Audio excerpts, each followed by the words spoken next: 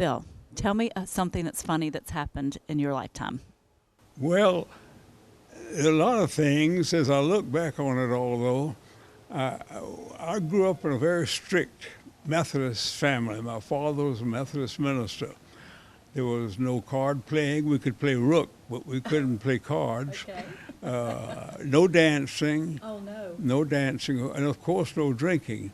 Now it's funny how I evolved from that gradually. It took a little time, not till I was in college, and even that didn't amount to much, even till later on. But finally got to we could enjoy a drink with my wife every now and then. But that was the start of my life of transition from a very strict home.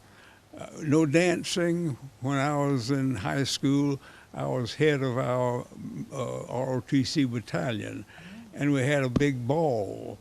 I couldn't go to the ball because my family didn't approve of my dancing, and I couldn't go to it. I had to get somebody else to take my little lady sponsor. So that was my early life, struggling between being strict with my family and fielding my own wild oats.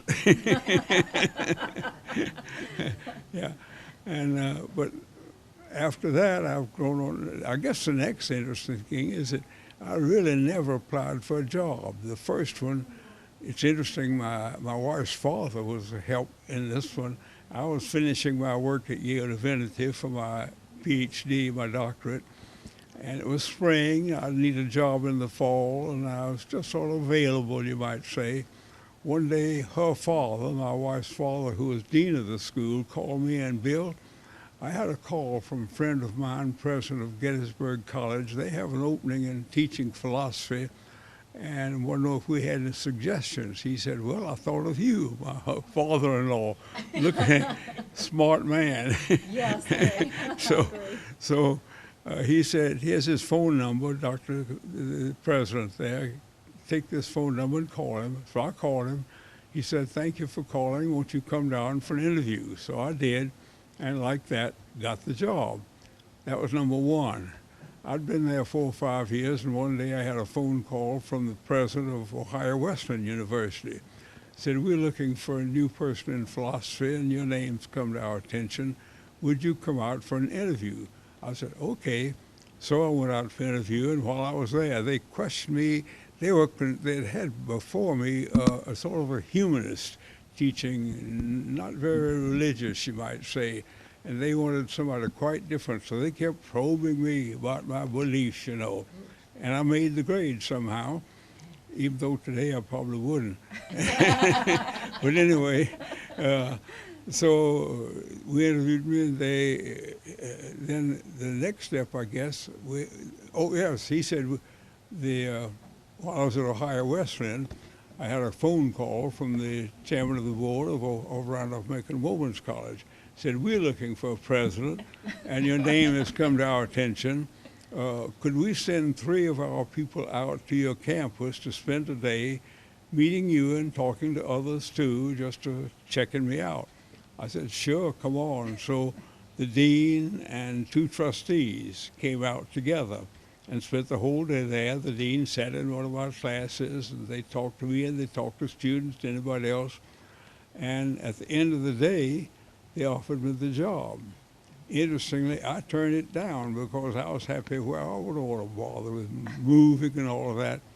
But then they came, oh, now come on, you want to think again about it, take a few days. So I did, and I said, well, this is a step up. It's a fine institution. I'll take it. So we took that. As I was approaching retirement from Randolph-Macon, I had a phone call from Louis Good, who's president of the main bank downtown, the big tall bank. Said, come down. He was on my board of trustees. Come down, Bill, I want to talk to you. So I went down, and he said, what would you think of going to work in the bank after you retire? I said, well, that's interesting. I've never thought about that, never had the experience. Well, he said, we'll give you a good title and not much money. I said, okay. So he did. I was a senior vice president, and the money was a pittance, but that's all right. We had a good time. I enjoyed that. And then after 10 years, as senior vice president and working in the bank. I enjoyed all of that. But I decided, well, it's time to really retire now. And so I told him I was going to retire the 1st September. Well, about that time, the heads of the 3 major banks called me in one day and said, Bill, we want to talk to you. Said, we have the paperwork done for setting up a Lynchburg Community Trust. And we need someone to get it started. And we wondered if now you would take that on. And I thought about it. Well, yeah, sounds interesting. So I became the first executive director of the Great Lynchburg Community Trust. And we got it running, began to encourage people to make contributions to it. We began where we could make grants. And so I stuck with that for 10 years. And after 10 years again, I said, well, it's about time now to really retire. and so I told them it's time to retire. Let's find somebody else. And so I did. I retired from that. And from thenceforward, except for being involved in some non-profit, non-paying jobs, chairman of a board or whatever it would be, I haven't had a paid job. None of them paid me very much, I must say. But that's been my career in jobs. Bill, when you first came to Randolph-Macon, we're interested to know if the girls could dance at that time. Well, that's an interesting story, and let me go back to my first visit to Randolph-Macon because it involves that. I was a sophomore at Emory University on the D Club, and our D Club every year would take a trip, and what we loved was when we went to some of the women's colleges because they were all women. They loved having 30 or 40 men come in for a program and a little party afterward. So we came up the Eastern Shore from Converse and Queens and Greensboro Women's College, and the fourth one was Randolph-Macon Women's College in February of 33, that would have been, I think.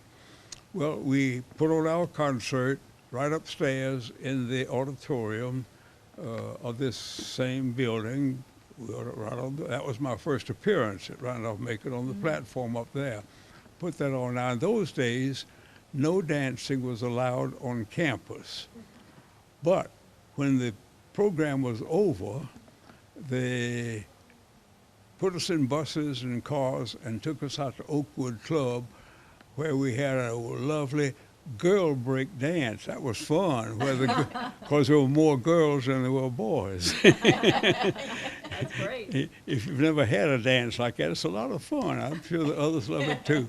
So anyway, we had that girl break dance, and that was my only visit until I came back for an interview for the presidency 20 years later, I guess it was, something like that. Tell me what happened at the Patterson drugstore. There had been in Greensboro an instance of a sit-in by white students, by black students, in a drugstore, and it had caused quite a furor down there. Well, it gave our students the idea, so what was it, 2 of our students went down to Patterson's drugstore with a black student who came from the black college here, went down to Patterson's drugstore one afternoon and sat at the counter, and when they came to serve them, they said, we can't serve you. And they just sat there, and they just sat there. And they said, well, you go ahead and get out. And they didn't leave. So they called the police. And because they were trespassing, as they said, these students refusing to leave were trespassing. And so the next thing I knew, about dinner time, I had a phone call from one of our faculty, said, I just learned that 3 of our students have been arrested and are in the jail because they sat in at Patterson's drugstore. So our business manager and I went down to the jail where they were, bailed them out or whatever we had to do to get them out, and then brought them back to the college. And then that led to some more stir up within the student body and the others as to what punishment, if any, should these students receive, because they had been put in jail, and then I forgot, later on they were actually put in, when the trial came up, they then were put in jail and spent 20 days in jail. And during those 20 days, some of us went down to visit them. We would take books down to them, things that they needed to help keep up with their work. And so in that way, we tried to encourage them, and they came on back and finally graduated. I think they were all seniors and graduated that year. So that was our struggle during the integration period in our own college and in society.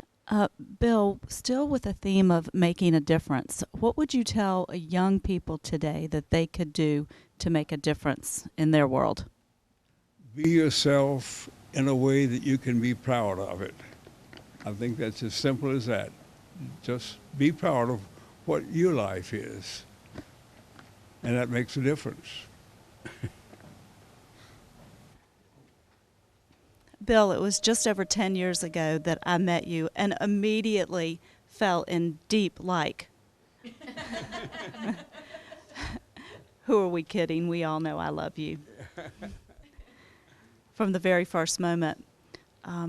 You inspire me in so many ways, especially about your legacy, all of the wonderful accomplishments that you've had, and how every single thing that you have accomplished has come from your heart. And I thank you for that. I thank you for making a difference in my world. So let me be not the first person, but let me wish you happy, happy birthday, happy 100th birthday, and thank you for celebrating with us. Thank you for that. I never thought I'd make it. Well, I guess I did. I know. I knew all along you were going to make it. Happy birthday, friend. Thank you.